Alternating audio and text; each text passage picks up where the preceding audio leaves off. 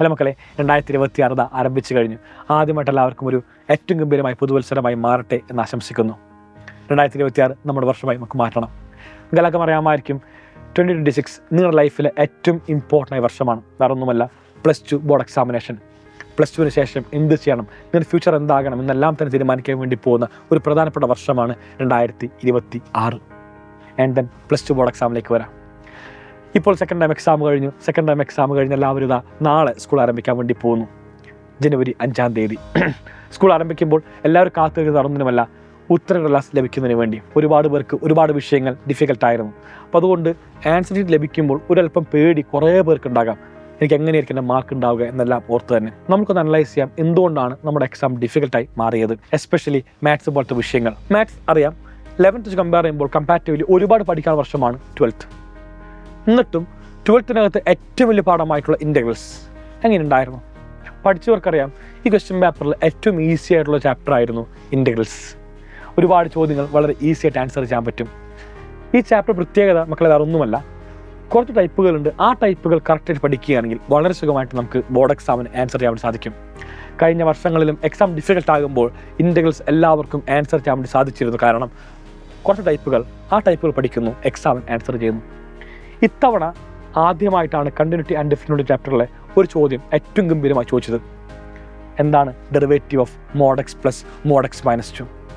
mod x മാത്രമുണ്ടായിരുന്നു, mod x - 2 മാത്രമുണ്ടായിരുന്നു. പക്ഷെ ആദ്യമായിട്ട് mod x plus mod x - 2 continuous ആണോ, differentiable ആണോ എന്നുള്ള ചോദ്യം ഉണ്ടായിരുന്നു. വളരെ ഈസി ആയിട്ട് ലോജിക്കലി ആൻസർ ചെയ്യാൻ വേണ്ടി സാധിക്കും. mod x നമുക്കറിയാം കണ്ടിന്യൂസ് ആണ്. സോ mod x - 2 കണ്ടിന്യൂസ് ആണ്, അതുകൊണ്ട് അതിൻ്റെ സമ്മും കണ്ടിന്യൂസ് ആണ്. So mod x-ഉം mod x - 2 continuous ആയതുകൊണ്ട് സം കണ്ടിന്യൂസ്. സോ നമുക്ക് എന്താണ് വളരെ സുഖമായിട്ട് അതിൻ്റെ ഒന്നാമത്തെ ആൻസർ കിട്ടി.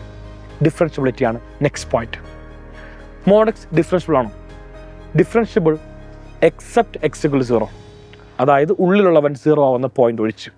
അപ്പോൾ mod x - 2 നമുക്ക് ഡിഫറൻഷ്യബിൾ ആണോ? ഡിഫറൻഷ്യബിൾ ആണ്, എക്സെപ്റ്റ് x - 2 അഥവാ x = 2. അപ്പോൾ ഒന്നാമത്തെ കേസിൽ 0 എന്ന് പറഞ്ഞ പോയിന്റും രണ്ടാമത്തെ കേസിൽ 2 എന്ന് പറഞ്ഞ പോയിന്റുമാണ് നമുക്ക് ഡിഫറൻഷ്യബിൾ അല്ലാത്ത പോയിന്റ് ആയിട്ട് വന്നിരിക്കുന്നത്. അതായത് ഈ കാണുന്ന function not differentiable at 0 and 2. മറ്റൊരു ക്വസ്റ്റ്യൻ ഉണ്ടായിരുന്നു, 1/x × greatest integer function x. നമ്മൾ ക്ലാസ്സിൻ്റെ അകത്ത് സൂപ്പർ 60 പോലും ഡിസ്കസ് ചെയ്തിട്ടുണ്ടായിരുന്നു x minus greatest integer function x-ൻ്റെ കണ്ടിന്യൂറ്റി എല്ലാം തന്നെ. ആ കാണുന്ന സെയിം ആൻസർ തന്നെയാണ് അതിനുണ്ടായിരുന്നത്. അപ്പോൾ നിങ്ങൾ മനസ്സിലാക്കേണ്ടത്, അത്രയ്ക്കും ഇൻഡെപ്തിലാണ് നമ്മൾ സൈലത്തിനകത്തുള്ള ഓരോ ക്ലാസ്സിലും ഏറ്റവും അധികം കാര്യങ്ങൾ, കോൺസെപ്റ്റുകൾ ഡെലിവറി ചെയ്ത് മുന്നോട്ട് പോകുന്നത്. നമുക്ക് ഇവിടെ ഒരല്പം പിന്നോട്ട് പോകേണ്ട സാഹചര്യം വന്നിട്ടുണ്ടെങ്കിൽ ഒറ്റ കാര്യം മാത്രമാണ് എല്ലാവരും ശ്രദ്ധിക്കേണ്ടത്, നമ്മുടെ കോൺസെപ്റ്റ് ക്ലാരിറ്റി. കോൺസെപ്റ്റുകൾ ഏറ്റവും ഗംഭീരമാക്കി മനസ്സിലാക്കണം.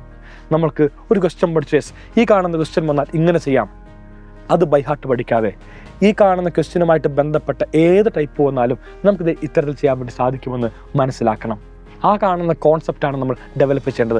കോൺസെപ്റ്റ് ഡെവലപ്പ് ചെയ്താൽ മാത്രമാണ് നമുക്കിനി വരുന്ന എക്സാംസിലെല്ലാം തന്നെ ഏറ്റവും ഗംഭീരമായിട്ട് പെർഫോം ചെയ്യാൻ വേണ്ടി സാധിക്കുള്ളൂ.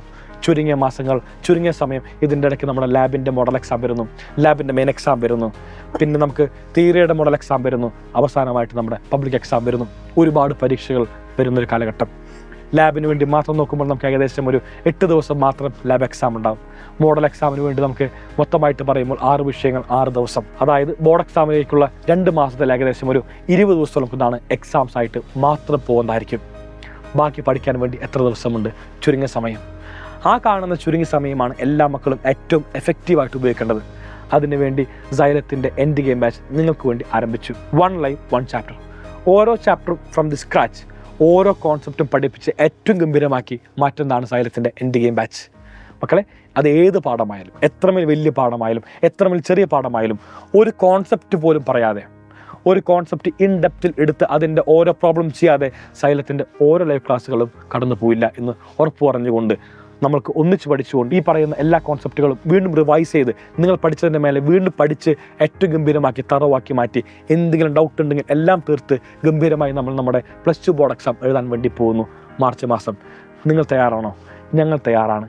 നമ്മൾ ഒന്നിച്ച് തകർക്കും. നമ്മുടെ എൻഡ് ഗെയിം ബാച്ചിലൂടെ ഒന്നിച്ച് പഠിച്ചുകൊണ്ട് ഏറ്റവും ഗംഭീരമായിട്ട് തന്നെ നമുക്ക് +2 ബോർഡ് എക്സാമിൽ ഫുൾ മാർക്ക് ഉറപ്പിക്കാൻ വേണ്ടി സാധിക്കും.